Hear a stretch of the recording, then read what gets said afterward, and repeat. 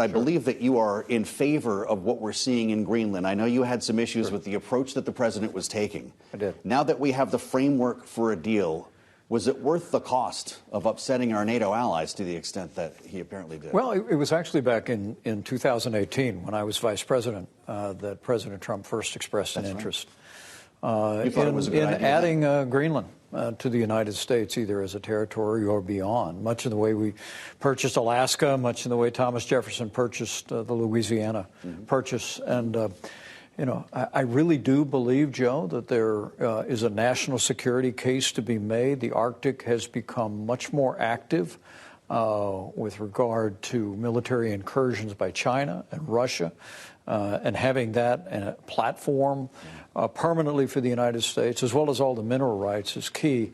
I had concerns, of course, about any suggestion that we would use military force against the territory of a NATO ally. That would be unacceptable. I also had concerns about the president threatening more unilateral tariffs against countries that wouldn't agree with our turning Greenland over to the United States. So I like a lot of people over there in Davos, I welcome the announcement of a framework. Sounds like there'll be additional opportunities for a permanent military base as well as mining.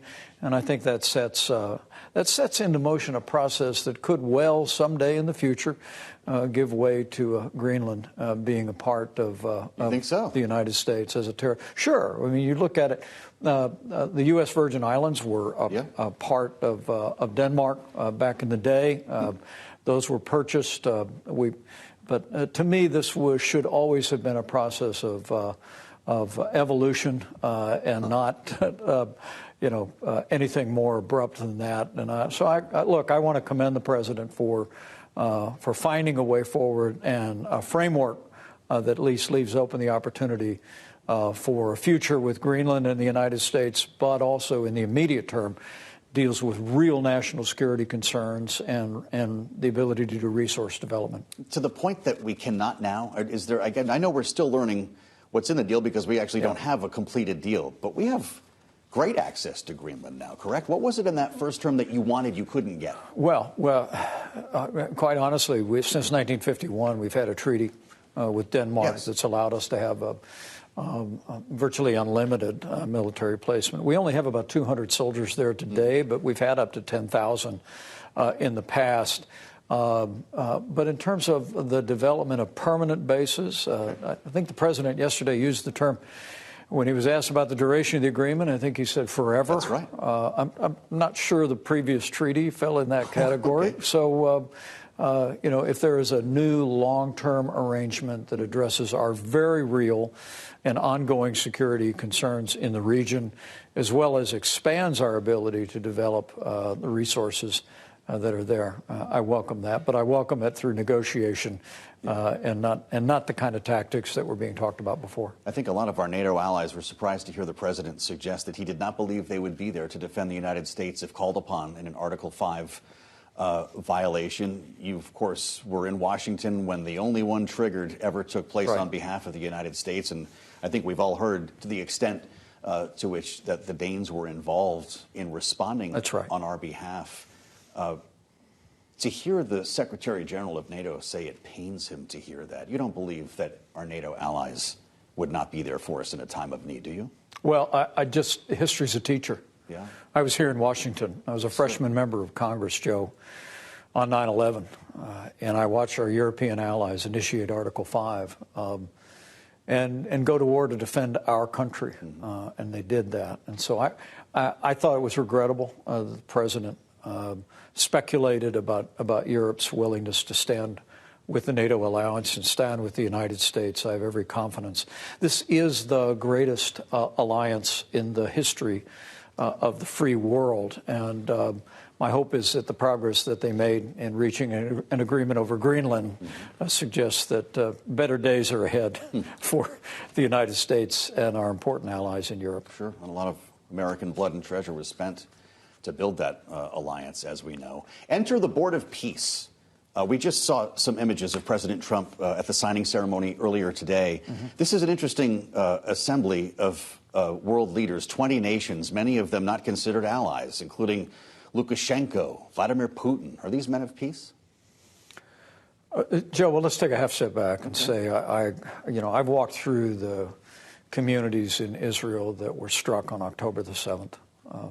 And I want to give President Trump great credit for standing with Israel as they did what needed to be done to take down Hamas and to secure a ceasefire that continues to hold to this day, even taking action against Iran's nuclear program that was historic and important. The Board of Peace as a concept for the future of Gaza, I think, is a welcome one. I was disappointed to see the addition of Russia and the presence of other representatives of authoritarian regimes and the absence of European allies on the Board of Peace. Look, we all hope for a future with Gaza that is peaceful and prosperous, and that Hamas is utterly disarmed, no longer a threat to the people of Israel and to the region. But I think the Board of Peace itself ought to first be comprised of nations that have a demonstrated commitment to freedom and to peace, and Russia doesn't make that list. Well, it's important that you went back to Gaza in your answer, because that was supposed to be the charge of this board. It seems that it will be potentially used on a global level, and that the president's chairmanship will outlive his presidency.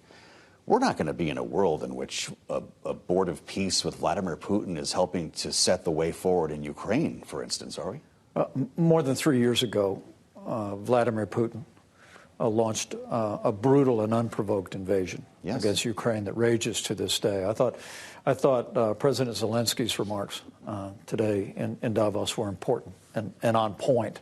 And I, for my part, think that whatever these structures are, I've always been someone dubious of all these different committees at the United Nations, and now we've got a board of peace. What we need is the free world to be locking arms together against authoritarian regimes that would seek to redraw international lines by force. And my hope is that nations in Europe will heed Zelensky's call to take even more decisive action. And I think the time has come for the United States Senate to pass those strong secondary sanctions against nations that are fueling the Russian war machine through the purchase of oil. President Trump, I am told, informed Senator Graham that he would support the bill now more than 2 weeks ago. I don't know what the holdup is. I think it's time that we put even more pressure on.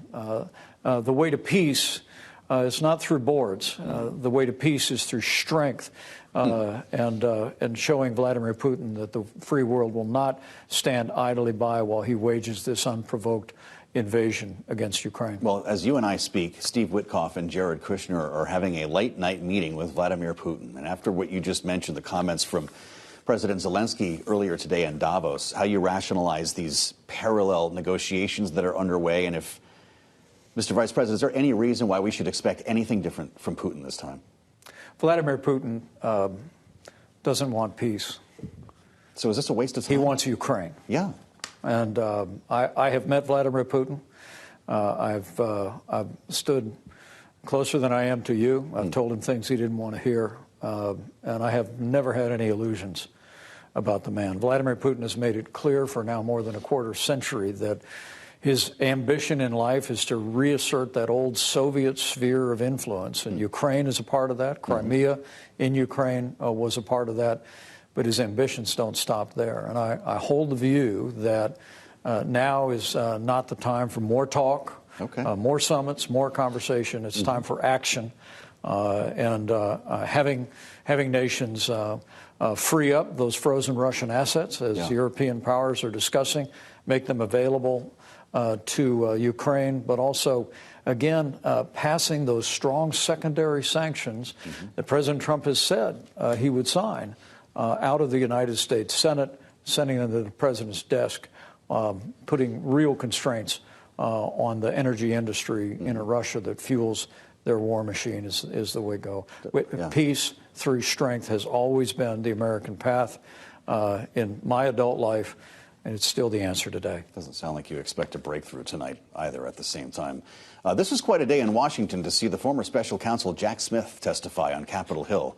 I don't know if you had an ear on his remarks, but he was pretty straightforward, warning that there are potentially catastrophic ongoing threats to U.S. democracy because of the failure to hold President Trump accountable for what he called his criminal attempts to overturn the 2020 election. Is he right? Well, I didn't have the opportunity to watch the hearings today, but I know what happened that day. And you sure do. And I'll always believe, by God's grace, I did my duty to see to the peaceful transfer of power. But with regard to our democracy as a whole, it's important to remember that every Republican and Democrat on Capitol Hill also did their duty that day. After the Capitol Hill police quelled the riot, Joe, we reconvened the very same day, Republicans and Democrats alike, and completed our duty under the Constitution of the United States. I've said that it's a day of tragedy, but it ultimately became a triumph of freedom because our institutions held, our democracy held, and I have great confidence about the future of this country and the future of democracy as a result. The President says he wants his Attorney General Pam Bondi to file charges against Jack Smith. Would that be a disservice to the nation? You know, I honestly think that one of the reasons President Trump returned to the White House was because of the overt weaponization that took place at the state level and at the federal level around the country of the criminal justice system. And I would rather see this administration end that practice and pull back from the breach of embracing the very type of weaponization that the president endured for those years. Look, as I said, I think the American people know what happened that day. History will be the judge of all of us in the events of that day. But I have great peace that we did our duty, and I trust myself and our service to the judgment of history. You know what I haven't brought up yet in this entire lengthy conversation is the word affordability, which I think the administration wants me to talk about. This is the issue of the moment that might drive voters' decisions in the midterm elections. The president got to this a bit in Davos yesterday. But consider some of the ideas that we've heard. Capping interest rates on credit cards, banning institutional buyers from the housing market, price controls. These are pages out of Elizabeth Warren's book. But they're coming from this administration. Is this a conservative White House?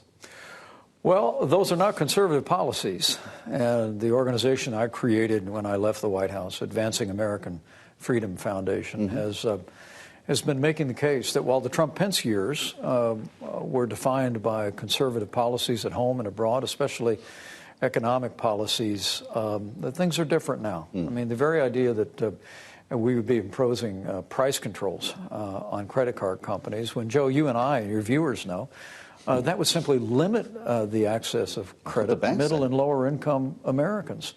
The price controls also on pharmaceutical companies here in the home of the greatest research and development of medicines on earth. But I think the largest number and the best way to address affordability, if you will, is to end this Liberation Day season of unilateral tariffs against friend and foe alike. I hold the view that the president's use of that authority is constitutionally questionable. I'm hopeful the Supreme Court will overturn the president's use of the tariff authority under the emergency statute. But there's no question when you look at the numbers that Bloomberg does better than anybody else in this economy. What's clear is that after 6 months of these tariffs imposed on some of America's leading trading partners, that American businesses and American consumers are paying American tariffs. We see the negative impact on jobs. We see the inflation, although they boast that it's not as bad as it used to be.